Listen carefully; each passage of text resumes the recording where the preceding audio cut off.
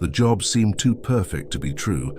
A quick trip, generous pay, and one condition: don't open the cargo under any circumstances. When I arrived at the pickup spot, the truck was already there, parked in the dark. The night was cold, and a profound silence surrounded everything.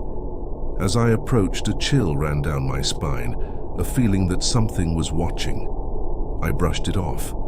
After all, it was just a delivery, nothing I hadn't done before. When I started the engine, static filled the cabin. The radio was off, yet a faint hum seemed to whisper something. I pulled away, leaving the noise behind, or so I thought. The dark road stretched like an endless tunnel, trees casting grotesque shadows in the distance. I checked the mirrors, but all I saw was pitch-black emptiness. A discomfort grew, as if something invisible was closing in. It didn't take long before I started hearing noises from the cargo. First light scratches, then muffled thuds, like something trapped trying to escape. My heart raced, but I tried to ignore it. Each mile felt longer, the sound growing closer, as if it was chasing me. An irrational panic crept in, and I wondered what could be inside, but the contractor's voice echoed, "Don't open the cargo." Suddenly, the radio turned on by itself, static filling the silence as a low voice whispered unintelligible words. I stared at the radio, which showed no station. When I tried to turn it off, the voice grew louder, sounding like a menacing murmur. A chill ran down my spine, and I realized it was becoming harder to ignore the feeling that I wasn't alone. The streetlights flickered, casting shadows that seemed to move following the truck. Sweat dripped down my forehead, and my eyes instinctively went to the rearview mirror. For a second, I thought I saw something, a pair of red eyes watching me. I blinked, and they disappeared, but the feeling of being watched lingered, as if something invisible was there, just waiting for the right moment. Each mile seemed to stretch, and the noise from the cargo grew more intense, like desperate punches coming from within. I wanted to stop and check, but the warning echoed, "Don't open the cargo." I felt like something was testing me, trying to force me to open that door. My mind battled against the curiosity as fear took over, but I kept going, ignoring the urge. Suddenly my phone rang, but when I answered, I only heard slow, heavy breathing. I hung up, but the phone rang again. It was the same breathing, now closer, as if it were inside the cabin with me. I threw the phone onto the seat next to me, sweating cold, my mind in turmoil, and the certainty that I wasn't alone on that road grew stronger.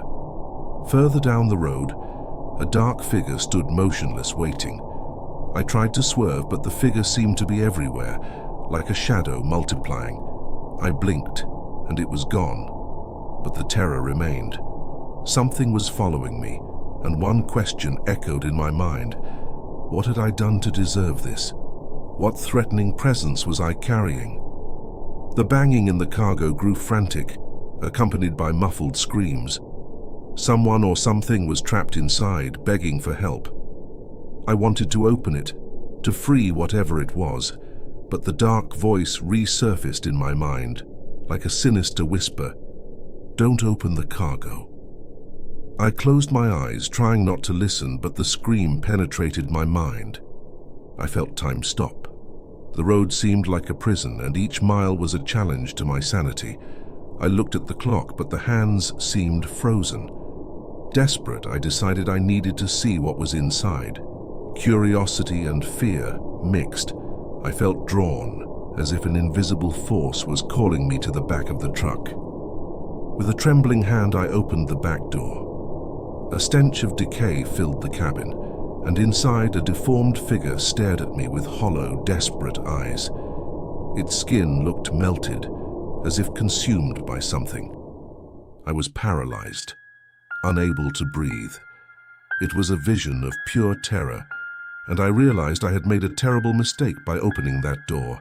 Before I could react, the creature lunged at me, its cold hand gripping my shoulder, as a raspy voice whispered, "Now you're next." I tried to fight, but my body was paralyzed. The presence took over me, invading my mind and soul, turning me into something I wasn't. When I regained consciousness, I was back at the wheel, but everything felt different. I looked in the mirror and saw a face that wasn't mine. A pale, distorted face with hollow eyes. I tried to scream, but my voice was trapped, as if another entity was in control. I had become a prisoner of the truck's curse. Now I drive aimlessly, trapped in the eternal cycle of the curse. Anyone who crosses my path will see my face, hear my stifled scream, and be drawn into the same darkness. That truck, that cargo, they're the sentence for anyone who dares enter. The road is my prison, and I'm just another condemned soul among so many. It was a night like any other on the road. I enjoyed the solitude of the highway at night, just the sound of the engine and the dark silence around me. But that night, something felt different. I felt an unexpected chill as I entered the deserted highway, as if someone was watching. I ignored it and carried on, trying to shake the strange feeling.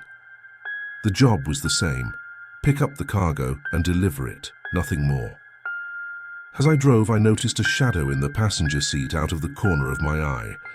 I glanced over but saw nothing. I thought it might be the reflection of lights on the road, but my stomach twisted. I ignored it again, convinced it was just exhaustion. I kept driving, refusing to take my eyes off the road, even as that uncomfortable feeling grew. At exactly midnight, the radio turned on by itself, emitting a static sound. The cabin filled with a low, disturbing hiss, followed by a faint whisper. The voice was so weak I couldn't understand it, but it seemed to be calling someone. I turned the radio off, feeling a chill run down my spine. I was beginning to think the night wouldn't be peaceful. After a few minutes, I noticed something strange. In the rearview mirror, there was a figure sitting next to me in the passenger seat. I didn't know if it was my mind playing tricks, but when I looked directly, there was no one there. My heart raced, and I tried to focus on the road, ignoring the feeling that someone was with me. The next few miles were filled with a heavy, almost suffocating silence. I avoided looking to the side, trying to stay calm, but suddenly a low, raspy voice broke the silence. "Can you hear me?" My eyes widened, fear taking over. There was no one there, yet the voice was clear and close, as if speaking directly in my ear. I swallowed hard and tried to respond, but my voice failed. My instinct was to stop the truck and get out, but something kept me glued to the wheel. Out of the corner of my eye, I saw the shadow in the passenger seat again. It was as if it was waiting for me to look at it. With each passing second, the presence grew more intense. "I was a trucker too," the voice murmured, now clearer and closer. "I drove this same road until the day I disappeared." My blood ran cold. The voice sounded filled with pain and loneliness, as if it was trapped there, waiting to be heard. I wanted to respond, but fear paralyzed me. I closed my eyes for a second, trying to shake off the feeling. When I opened them, the figure seemed more defined, though still a vague shadow. It stared fixedly at the road, as if reliving a journey lost in time. I didn't want to believe what was happening, but it increasingly felt like that shadow was truly there. The figure then slowly turned its head toward me. I felt its gaze, a deep, dark emptiness that seemed to drain my energy. "Take me back," it whispered, with a voice that mixed sadness and despair. I felt that somehow I was connected to that presence, as if my fate was intertwined with its own. I knew exactly where it wanted to go. There was a spot on the road, a forgotten stretch where accidents were common but never investigated. I remembered stories other truckers told about the death spot. I had never believed those legends until now.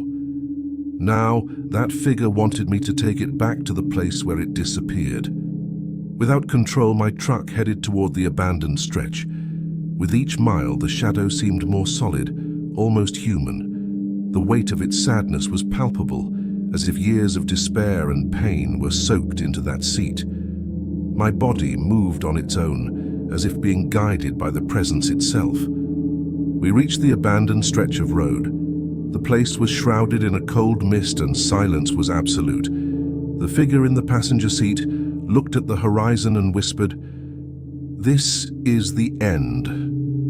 I didn't know if it was the end for it or for me. A deep chill took over me, and for the first time I felt pity for that presence.